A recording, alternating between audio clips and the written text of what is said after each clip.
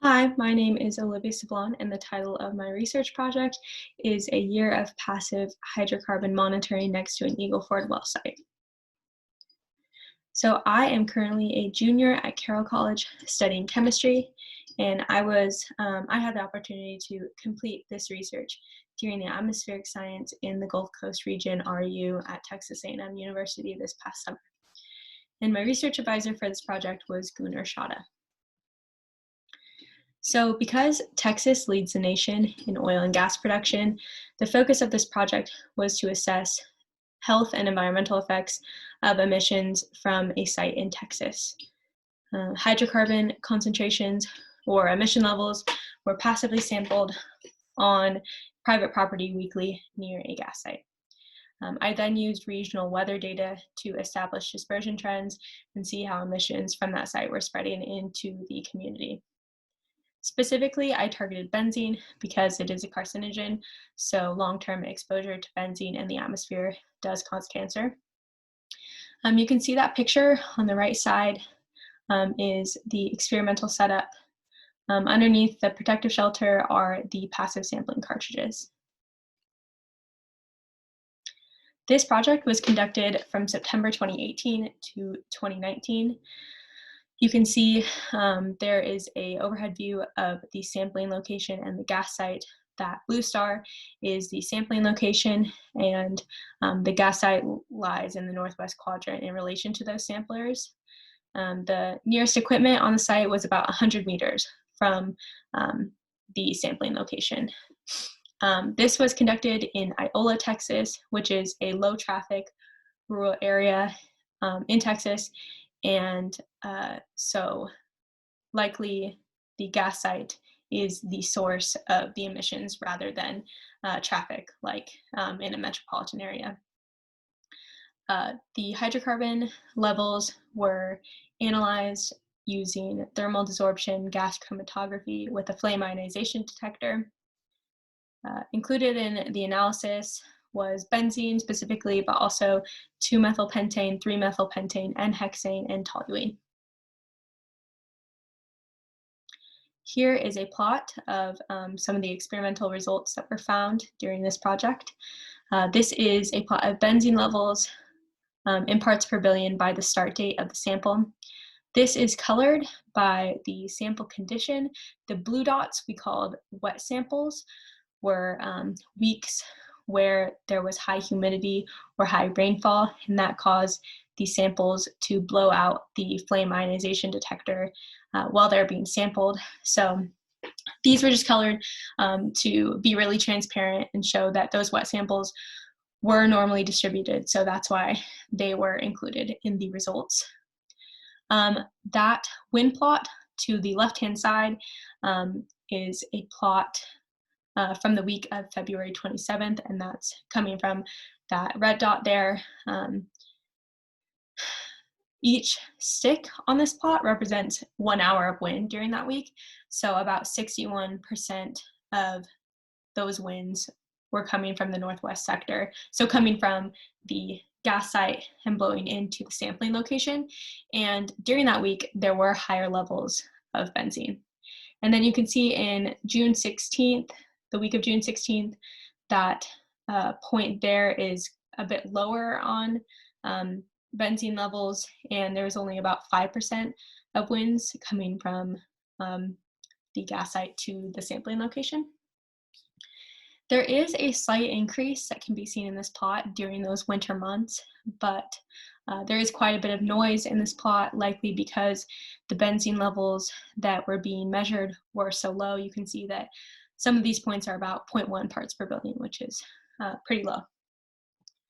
So to further explore the relationship of benzene levels by percentage of weekly winds, those weekly winds from the northwest were plotted. Also, calm winds were included in this plot because the emissions are better able to accumulate likely when they're calm conditions. So when the wind isn't blowing, the emissions can accumulate better on the cartridges. This was colored by season because in that last plot, those winter months, there was an increase in benzene levels. And you can see this again, the winter is those purple dots, mostly on the right side of this plot. Again, there's quite a bit of noise, but you can see that there is a slight increase. So as there are more winds from the site blowing to the sampling location, there is higher levels of benzene. So here is a plot of benzene levels by average weekly temperatures, because as I said before, in those winter months, when it is colder, there is higher levels of benzene, and that is again seen in this plot because there is a slight decrease. So in those colder months, there are higher benzene levels. That is likely because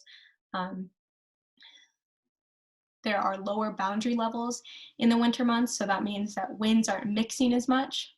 So the emissions aren't as easily dispersed as they are in the summer months.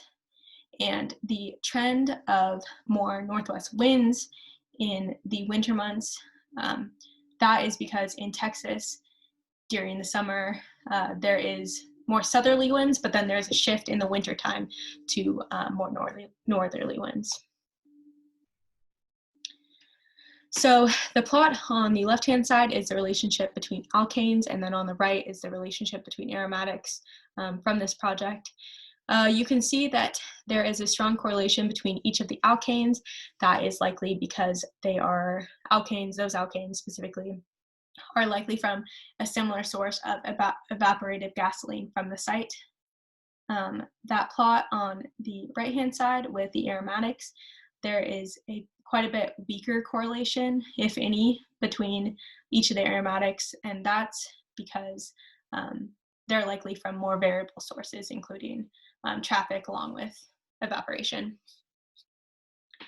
So to sum up our findings over this year, this is a table. The top one, you can see average concentrations in parts per billion of each compound is provided there, and then that can be compared to the long-term air monitoring comparison values. So those values are provided from the Texas Commission on Environmental Quality, and if levels of each of those compounds are above this standard, then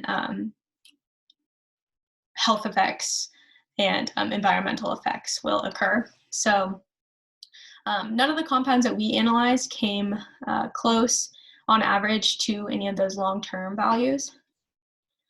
But you can see that the maximum of benzene, that targeted compound that is a carcinogen, was pretty close to the long-term AMCV value.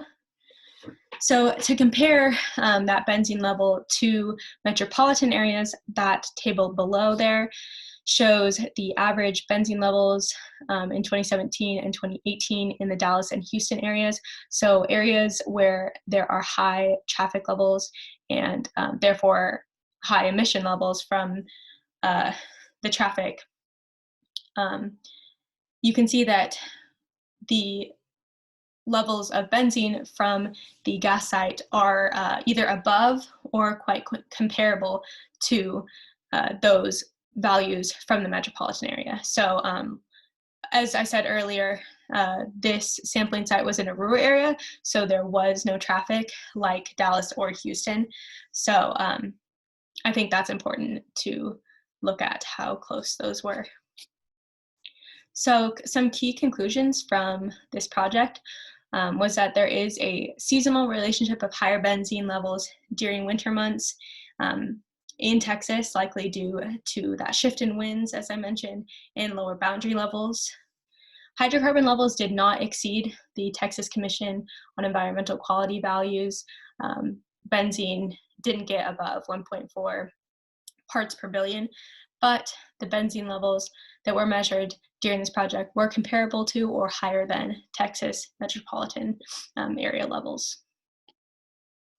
I would like to thank my mentor, Gunnar, for helping me this summer and teaching me so much. And thank you to Debbie, who was our volunteer, and she exchanged samples and transported it from her home to us to get analyzed.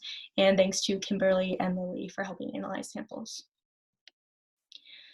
Here's just a quick look at my poster that was created for SURF. You can pause this and take a look at it if you'd like. And then lastly, here is a citation and link to the publication that I was able to write on the findings of this project. Thank you very much. I appreciate you listening to my presentation.